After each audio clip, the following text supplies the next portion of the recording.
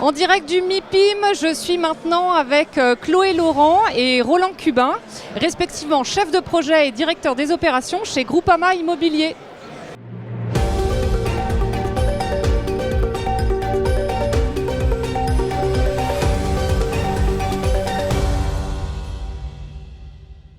Bonjour à tous les deux. Bonjour. Bonjour. Alors le projet The Link, le futur siège de Total Energy, a débuté en 2017. Autant dire que c'était il y a une éternité, étant donné tous les événements qui se sont passés depuis. Où en êtes-vous ?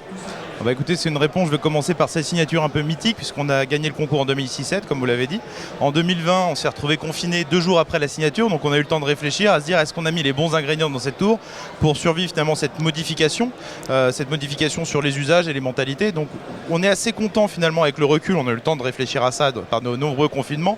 On est plutôt très satisfait de ce qu'on a mis dans les gènes de cette tour parce que c'est une tour qui était vraiment focusé sur le bien-être des collaborateurs, qui était réversible puisqu'il y a une aile qui peut se transformer en hôtel. Donc demain, si on veut changer d'usage, on le peut. Le socle est ERP, ce qui fait qu'on peut imaginer aussi que demain, ça pourrait se transformer également en commerce et donc être très ouvert sur l'extérieur. Donc c'est une tour qui peut avoir plusieurs vies, donc on la pense dans le temps. On a aussi cette notion de flexibilité puisqu'aujourd'hui, les collaborateurs avec le télétravail, ils ont besoin de trouver des espaces qui s'adaptent à la morphologie. Est-ce qu'ils ont besoin d'un bureau fermé, d'un plateau de travail, de l'open space? Et ça, on a injecté directement dans la conception avec Philippe Yambaretta, le fait de pousser les murs, de changer un bureau et de transmuter finalement le plateau de bureau, ça se fait en moins de 24 heures, il n'y a rien à faire, tout est déjà prêt dans les plafonds, il n'y a pas de travaux, c'est simplement on prend une cloison, on la déplace, ça se reprogramme et ça nous semble assez essentiel de pouvoir accompagner les désirs de flexibilité des collaborateurs et des entreprises. Et le dernier point, c'est qu'elle est quand même mythique puisqu'elle va rééquilibrer la porte d'entrée de la Défense, ça reste un totem et dans un monde qui se dématérialise, où on parle beaucoup de télétravail et travail à distance, pouvoir s'incarner, avoir un groupe qui a un marqueur fort dans l'espace et qui reste finalement connu dans le paysage puisqu'on pense que cette tour-là va s'inscrire dans la très longue durée pour 100 ans et plus, on pense qu'elle a tout ce qu'il faut pour traverser cette épreuve et sans doute d'autres qu'on ne connaît pas encore. Et pourquoi ça s'appelle The Link ? Alors le nom qui a donné, enfin le concept The Link vient de la connexion, le lien en français, le lien qui est créé par les passerelles pédestres en fait qui relient les 2 noyaux de la tour. Donc sur 30 étages, nous avons 30 passerelles qui permettent en fait à chaque collaborateur d'accéder à un jardin à moins de 30 secondes de son poste de travail. Sur l'aile arche la plus haute de la tour, donc qui est au-delà de ces passerelles, on a créé des jardins d'hiver qui permettent de reconnecter les salariés à la nature.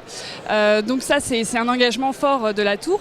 Ces passerelles aussi sont complétées par des escaliers à l'intérieur qui permettent d'avoir de grands espaces sur jusqu'à 6000 m² de plateaux de bureau dans lesquels on peut se déplacer à pied sans prendre un ascenseur. Donc on a des business units de 500 collaborateurs qui sont des espaces assez incroyables et très uniques, il faut le dire, à la Défense, où on a des tours qui fonctionnent plutôt sur des systèmes de silos habituellement. Donc la connexion est vraiment dans l'ADN de la tour. Cette connexion, on la retrouve aussi dans son positionnement, comme l'expliquait Roland, à la frange entre le positionnement côté dalle, donc côté la Défense, quartier d'affaires, et l'orientation vers la ville de Puteaux, donc l'orientation plus urbaine.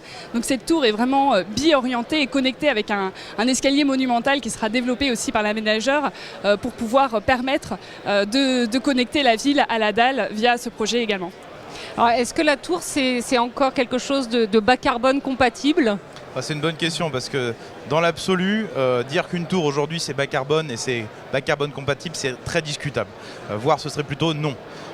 Par contre, le sujet, est-ce qu'il est bien abordé? Est-ce qu'on est au point sur la compatibilité carbone? Non.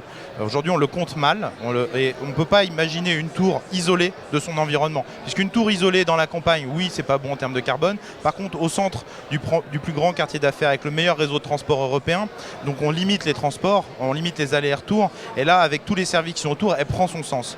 Ce qui n'empêche pas qu'on est quand même allé très loin dans la comptabilité carbone et aussi dans l'énergie. Puisque sur The Link, on a divisé par 2 la consommation de la tour précédente de Total Energy, qui est notre locataire. Donc c'est quand même pas rien. On a fait des choix très durs. On n'a pas mis de place de parking. Donc on a plus de 4 niveaux de sous-sol qu'on n'a pas construit. C'est autant de mètres cubes de terre, de béton ou de ferraille qu'on n'a pas utilisé. C'est des choix qui ne sont pas toujours évidents pour les investisseurs qui aiment bien être finalement en autonomie complète. Donc là, on a une convention avec le parking d'à côté pour pouvoir l'utiliser. Mais c'était quand même un choix assez tendu. On a maximisé l'isolation. On a mis du photovoltaïque. On a des installations techniques qui sont les moins consommatrices possibles. Il n'empêche qu'il y a encore du boulot. Il y a beaucoup de travail, il faut regarder les choses en face.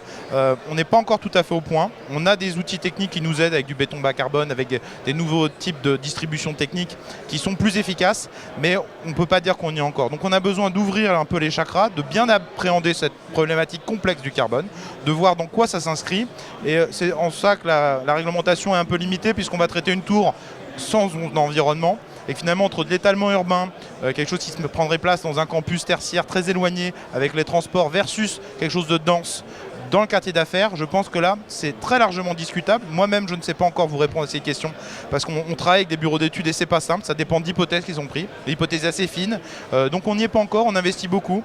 On avance pas à pas et l'argent qu'on peut gagner dans nos opérations immobilières, on en investit une partie pour justement être dans cette sorte d'itération et pour chaque opération, on est meilleur en meilleur. Maintenant, dire qu'on a toutes les réponses aujourd'hui ou qu'il y a un modèle qui est mort, non, il faut l'appréhender correctement à la bonne échelle. Et se poser la question finalement au quotidien. Chloé, vous vouliez compléter ? Non, rien de plus à ajouter. Je pense qu'on a fait le tour de la question. Après, voilà, on a un très beau projet, on en est fiers et rendez-vous à la livraison pour le voir fini donc en 2025.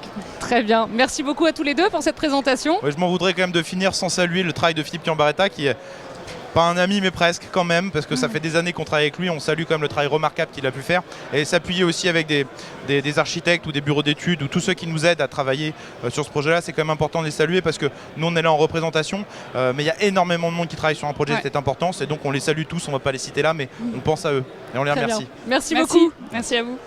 Merci à vous de nous avoir suivis et à très bientôt.